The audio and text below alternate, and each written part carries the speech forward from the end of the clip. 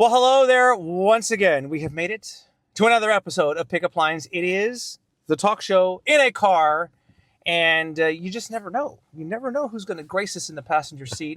And this time we have the Honorable Justin Rodriguez, Precinct 2 Bexar County Commissioner. If I were to collect all 5 members of the Bexar County Commissioner's Court, right now, I have had the judge on here, Sakai. I've had your colleague, Tommy Calvert. Okay. I've had Grant Moody on here as well. Man. So you and Rebecca Clay Flores, then I'll have the complete set. Well, and I know that we've been trying to do this for a while, so I don't feel bad that, I think for sure you asked me before all the other ones. Okay. For sure. Yeah, clearly. Yeah. But they just got in before me. Exactly. So, In no particular order. Exactly. We'll nudge Rebecca a little bit to make sure she comes and on, I know she's been through some stuff too, so I know she's got a great story. So we'll work on that. But in the meantime, this is about you here. And I know, among other things, you and I share a private school background, if you will. Absolutely. Yeah. So let's kind of start right there. Yeah. Let's start way back and kind of work our way to present day. Yeah, absolutely. Have you lived your entire life on the West Side? I mean, virtually my entire life, with the exception of I went away to law school, but absent those 3 years, I have been on the West Side since birth, essentially. So my mom side of the family, my mom is a Kennedy grad. She went to JFK. My dad, Highlands grad, and my grandparents lived on the West Side, and forever we lived on a street called Laurel, West Laurel, right off of Culebra. Okay. And then we moved over to Hillcrest and 36th Street, which is where I grew up, right where the back entrance to St. Mary's University, where Hillcrest turns into 36th Street. And so growing up, that was kind of like our playground. I have 2 brothers, and we'd ride our bikes, the back way the safe way to get to the campus of St. Mary's University, and ride our bikes all over the campus. And we'd wait outside BJ Keefe Stadium back when where the Missions used to play. The San Antonio Dodgers, if you remember that. That's right. Yeah. Where St. Mary's played, but obviously the minor league Fernando Valenzuela and Mike Piazza. Wait outside for those fly balls to come, the foul balls, right? They'd come into the parking lot. And anyway, so yes, to answer your question, that was a long way of saying West Sider, still love the West Side, and it's a big part of who I am now. Weren't those great days though? Oh, I mean, I know we didn't have the technology and all this, internet and all that stuff. We're similar age, I know, and so I mean, it's just such a different time. It is. Part of me misses that and wishes some of that was back. We should be on a porch in rocking chairs right now, talking about the good old days, Ernie. Right? Where you could leave the doors unlocked. Exactly. And come back home when the light turns on, the street light. But yeah, our kids both, we both have kids. Yeah. Some of them are about the same age. Yeah. Grew up in a different time, and like you said, technology changes things. Now you can track where they are. Back then, you just, like you said, came home. As long as you guys, I had 2 brothers, we're all 2 years apart. Right. So as long as we were together, kind of watched out for each other and vouched for each other. All right. So anyway, it was a different time. So without getting anybody or incriminating anybody, I mean, had they had Life 360 back when you were running around the West Side? You know what? She would find us on the campus of St. Mary's University somewhere, shagging foul balls. Exactly. Okay. Yeah. I mean, that's pretty much. We had a. I think it was a radius, and that was pretty much the extent of it, right? And wherever we could get on our bikes growing up, and so it was a fun childhood. And the family dynamic is a good, solid dynamic. Yeah. I mean, so my brother, like I said, my brothers. I'm the middle. You're the middle child. Yeah. Okay. I'm the middle, the peacemaker. Although they'll deny that. They think I caused the trouble, stirred the pot, so to speak, right? But no, grew up, all 2 years apart. We all kind of started actually in a Montessori school back in the day before we transitioned into Catholic school, Montessori school, Criterion, which is not around anymore. And then we all eventually went to St. Anthony grade school, right? Which you're familiar with. So interesting. Everybody assumes that I'm a Central Catholic Mafia affiliate. Literally with the building there behind us here. Yes. So it's interesting. My older brother, Central Catholic. Yes. He's 2 years older than me. I started my freshman year at Central, and it's not a bad story. I wasn't kicked out. Okay. I was a decent soccer player, but I always have to. The caveat is I was a goalkeeper. Okay. Because some soccer players are like, you're not a real soccer player, you're a goalkeeper. Like a field goal kicker in Yeah, football. exactly. But there was a coach that I really took to that was at Antonian, so I ended up going to Antonian. Yeah, you went to. And finished at Antonian. And then my younger brother also went to Antonian. And so The rivalry is real, though, by the way. it really between is. Antonian and Central. And then to add, even more kind of drama to it, we have 2 daughters and a son. Our girls Yes. both went to Incarnate Word High School. My wife, by the way, went to Ursuline, which is not around anymore. Right. But then our son ends up choosing Central Catholic to go, and he played basketball there. Okay. So, I've got, I'm kind of like loosely accepted by the Central guys, but I say that very loosely, right? You're a Central parent. Exactly. I'm a Central parent. It's not the same. Yeah. But listen, it wasn't until I was an adult that I realized the sacrifices my parents had to make. Yeah. I'm one of 3. Yeah. I'm the oldest, but they Yeah. put 3 kids through Yeah. 12, 15 years of private school. Absolutely. Yeah. And there must have been sacrifices on your end, Absolutely, too. yeah. And so I remember, by the time I was there, taking a part-time job at HEB, right, just to kind of help along the way. I'll tell that story in a minute. And then my younger brother working at Antonian with the janitorial staff, right, to help with tuition. Yeah. So sacrifices for sure. And I think it obviously makes you a better person, but it also gives you some perspective, just how fortunate we are to kind of help our kids through school, to be able to do that and make that sacrifice, because it's certainly not easy. And I grew up as I mentioned, not too far from Jefferson High School, right? Yeah. So we also I mentioned BJ Keith, but Woodlawn Lake was also not very far. Sure. And I would have gone to Jefferson, but we chose Catholic school. My folks chose Catholic school, and we had a great experience with it. Yeah. You wouldn't trade that for anything. No, absolutely That's not. some great memories and Absolutely everything. not. Okay, Yeah. very good. We're just barely getting started here. We have a lot more to get to with County Commissioner, former city councilman, state rep, right? I mean, there's several. The business card is this big, I believe. So school board. That's where I started. 10. So yeah. School board. Yeah. Oh my God, we have a lot more to talk about here with Justin Rodriguez. Stick around. We'll be right back here. More pickup lines coming up.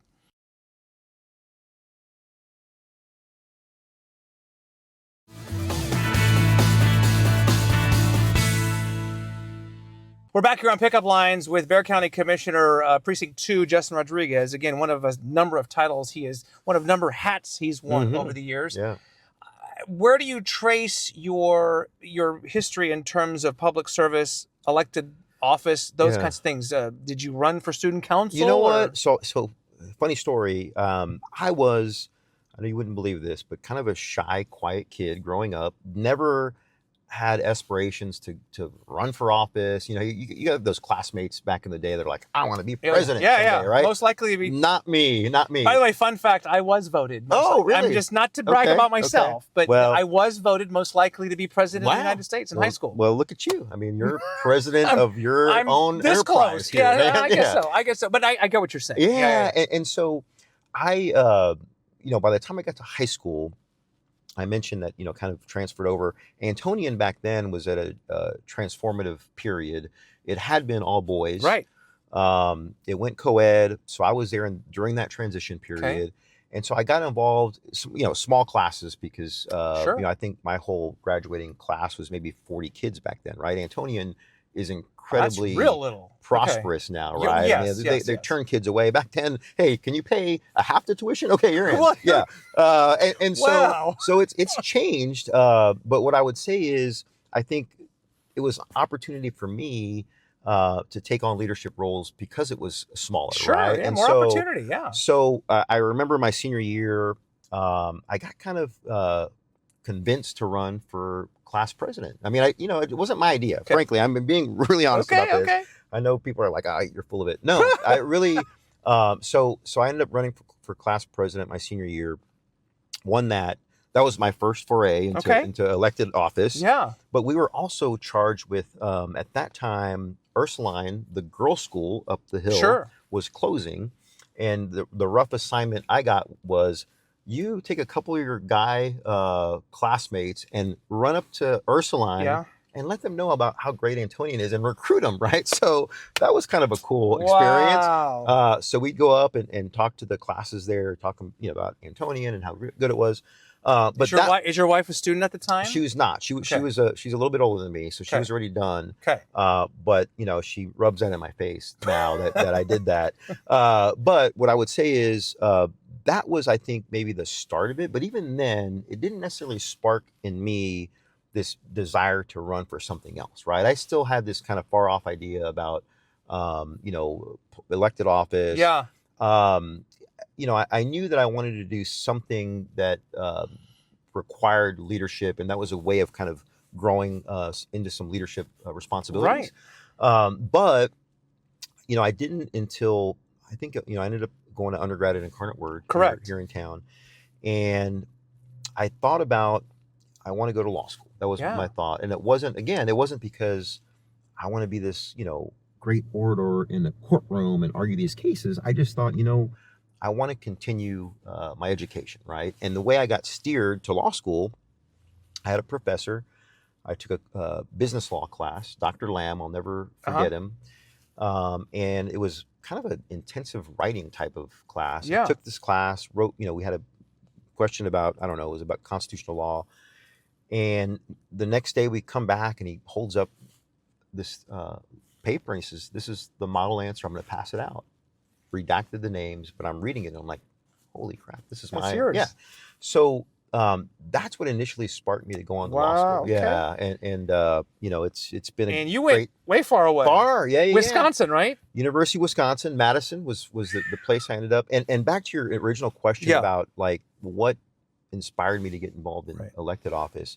I think it was that experience taking, this West Side kid to a place that I couldn't point out on a map back then, right? Wisconsin, where's that?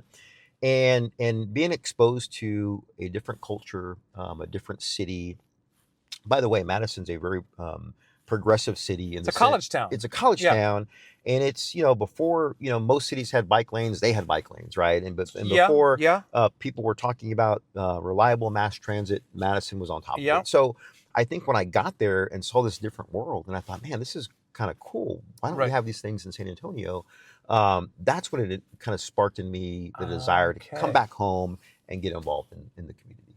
But I mean, elected office though. Yeah, that's the thing. So that's the other thing is, it wasn't like I got there and it's very much like Austin, right, where you've got the state university and the Capitol, right, in Madison, right, basically separated by a street, State Street there, and it wasn't like I was like, oh, I've got to end up at the Capitol. I want to do, So I think what it was it just inspired more of this like civic awakening for me about great cities and great communities.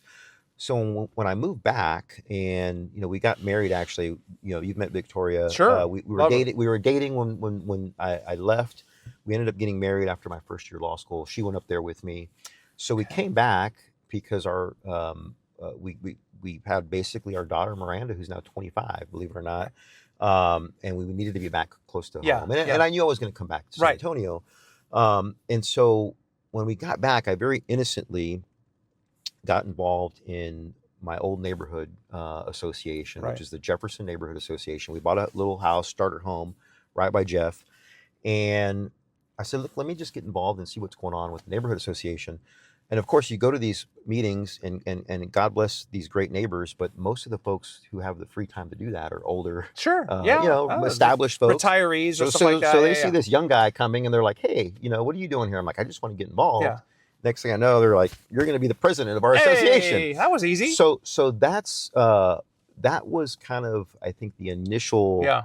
What I gathered from that experience was the interaction between the voices of communities, specifically neighborhood associations. That was the height, I think, of the strength of neighborhood associations, because the elected officials would not make a move without checking with the neighborhood groups first, right? Sure, absolutely. So Julian Castro was our councilman back then, and I remember he would call, or he'd have his staff member call and say, "Hey, we want to put these speed humps in. Is the neighborhood group okay with this?" Or a four-way stop. Anyway, so even then, though, I will tell you, Ernie, I remember thinking, because Julian would come to our neighborhood meetings, and just get blasted with all these, well, why haven't you done this? And Right. why? And I remember thinking to myself, I would never want to do his job. Oh. Never. City Yeah. council. It is it's a thankless job. It is, Yes. but it requires good people to do it. Yes, I agree. And I'm not saying that about myself. I'm saying in general. I worked at City Hall for a little while before, and I will tell you, I'm on the record. I don't care about your politics. It does take. I have a lot of respect for people who serve on either side because that's the commitment. Time away from family, all that stuff. It is a full-time plus commitment. Yeah. You got to love your job, and you got to love the city to do it. You're always on call. Always. But I ran for school board first. Yeah. And so that experience, with the neighborhood association, I thought, maybe this is how I convinced Victoria to do it. I said, I think I want to do something. We were starting a family. Yeah. I was working at the DA's office at the time. I was a juvenile prosecutor. So I was working with young people who would get in trouble. And the great thing about the juvenile system is it was more about like, let's get these kids back on track, right? We don't want to lock them away and throw away the key. Right. And so I saw that how much of a difference staying in school and education could make in a person's life. And so at the time, there was a school board member in our area. Her name is Mary Esther Bernal. May she rest in peace. Yes. She was married to former Senator Joe Bernal. Yeah. They're both now passed on. Right. Great people. Mary Esther was retiring, and I said, look, maybe I'll look at that seat. And so I visited with her, visited with Senator Bernal, and that was my first campaign. Yeah. I mean, literally, here's a list, here's the voters, go knock on doors. And I kind of fell in love with what they call canvassing, right? That's pre-social media, pre-social media, early internet, like literally, clipboard, paper. Oh yeah, I know, you're pencil, just walking around like that. Yeah. And so the most sophisticated you could get was getting somebody to access the voter rolls, right? Like, okay, how do I know? And I remember being counterintuitive because I just thought to myself, I should stop at every house, right, on the block. And they would say, no, you're wasting your time because those people that aren't on the list, they're not consistent voters. So they're likely not going to vote. I see. Anyway, but that was my civics block walking 101 lesson. Yeah. I fell in love with it. I fell in love with the interaction. Yeah. I fell in love with, just connecting with people and hearing about their issues and concerns and trying to be a problem solver. Yeah, and you're still doing that to this day. Well, let's take a break real quick, and we'll come back and continue the conversation with Justin Rodriguez. Now we're getting closer to county commissioner, getting closer to the court. Closer, yeah. But we'll be back with that coming up.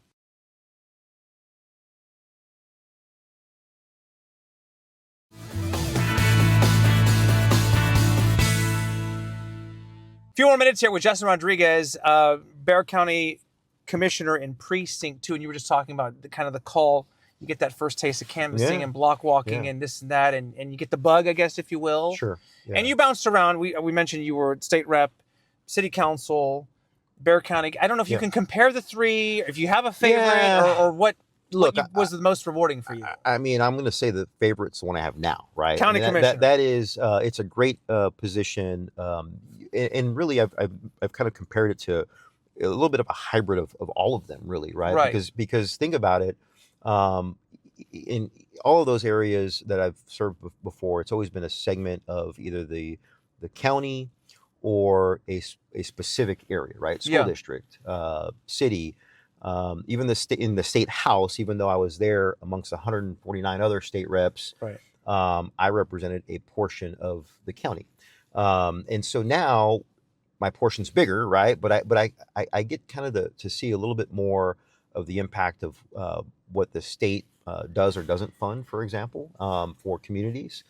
Having been there, I understand it. It's a tough way to prioritize. Right. But I think the fact that I'm still local, I can work on, for example, we don't have oversight for school districts per se, right? Mm-hmm. But we work with school districts and did through the pandemic because of the mental health crisis amongst our youth. Sure, and we got funding from the feds, and we put it into mobile mental health units for some of our school districts, right? So things like that, where you can just kind of figure out how can we address the needs of the community.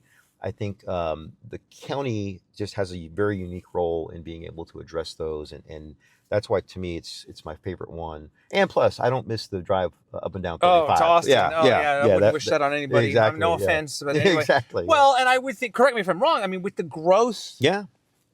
the expansion, outside the city, if you will, in the suburban areas. I mean, these are people that are going to be very much impacted by what you do. No, absolutely. And the obviously most of Bexar County is within the city of San Antonio limits, right? Right. So 2.1 million or so residents in Bexar County, about 1.6 of those are in the city of San Antonio. Yeah. So most of those residents, as you know, having also worked at City Hall, most of them call their city councilmen for Sure. Yeah. those front porch issues, right? Right. But we have responsibility for the infrastructure as the county grows. It's going to impact the city of San Antonio, whether it's in flood control issues, just resources in general, Yeah.